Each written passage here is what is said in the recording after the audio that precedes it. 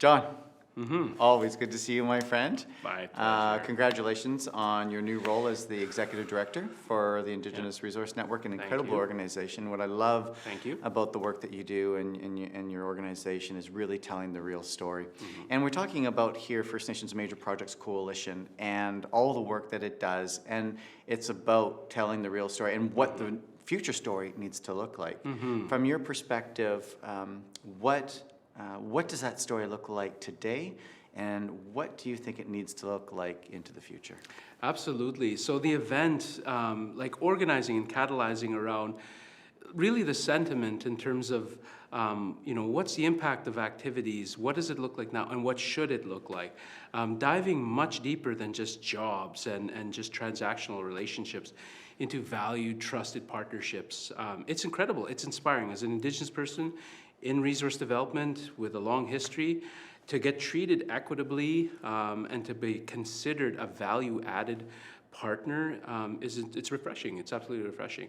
And into the future, I see that manifesting in terms of deeper relationships, faster project development, not compromising on the integrity of what they're intended to do, but speeding that up, making effective regulatory processes, capitalizing projects with excitement around Indigenous participation and equity, and right across that entire value chain in terms of operations and procurement, Indigenous people in governance and C-suite, and right through management and operations, and then of course in procurement and business development and equity. So that's amazing. That's a great vision that you've got there, and I know we share similar visions. When we think about this organization and participation, and you've kind of hit some of it, like all the organizations that are around the table right now, it is this energy. We're at this tipping point. What are your biggest learnings that you took from today? Maybe some of the relationships that you're bringing back to the IRN and your network. Absolutely. Coming to this event, you're inspired by the depth of excitement and capacity to develop true, meaningful, impactful relationships. You get a sense, and IRN exists to tell the stories of those who are doing it. But coming to this, you just realize how sweeping and how prevalent it is in Canada. And I think the real goal now is to try to organize that and then sweep that right across the rest of Canada and saying, Indigenous partnerships are an economic advantage. Words you say, words I think I live by now. Those relationships are going to ensure greater profitability, faster processes in project development. It's not a box to check anymore.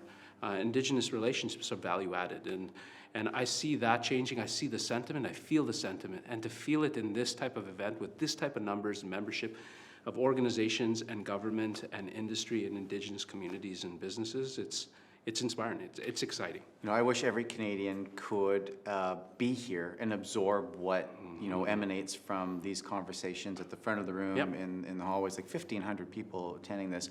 There should be the 38 or 39 million people. They should be looking at this. When we think about going forward and having these impacts, what do Canadians need to know? And I would love you to talk about some of the great research and the polling that IRN does, because Canadians have this perception that we're opposed to resource development, and you and I know that's really not the truth. But why don't you share some of this? The rest of Canada needs to know, first of all, the polling, we built IRN off a sense that anecdotally, we felt Indigenous people really supported resource development, or a large percentage of the population did, Indigenous population. Our poll verified that. 65% of respondents, of our Indigenous respondents, said they were in favor of development. And in oil and gas, we found it was 2 to 1. And so these industries which media and the sensationalization of the stories and the narratives were telling us one thing, and then yet the data was telling us another. And we wanted to dig into that. We want to understand what that looks like and then share that story. Canada really also needs to know that there is a growing Indigenous, impacted group of businesses and workers and people in the industry that want to advance development, not for the sake of advancement, not for the sake of advancing industry, but want to advance it in a way that is as reflective and inclusive of our values. We don't think we have to compromise on our ability to practice ceremony or to use the land for sustenance or, you know, traditional means. We think, and we know, and there's examples where we can advance development and still practice our indigeneity with confidence, with pride, and move forward in that way. And those two things can happen and are happening together. IRN wants to tell that story. You know, how do we move things forward? How do we develop in a way that, you know, is pushing, you know, our views on sustainability, advancing, seeing Indigenous communities and as partners, as value-add partners in terms of, you know, views on reciprocity and sustainability and stewardship and increase, you know, life cycle wealth generation on projects and things like that. And it's an exciting time. And Canada should know that Indigenous people aren't the barrier to development.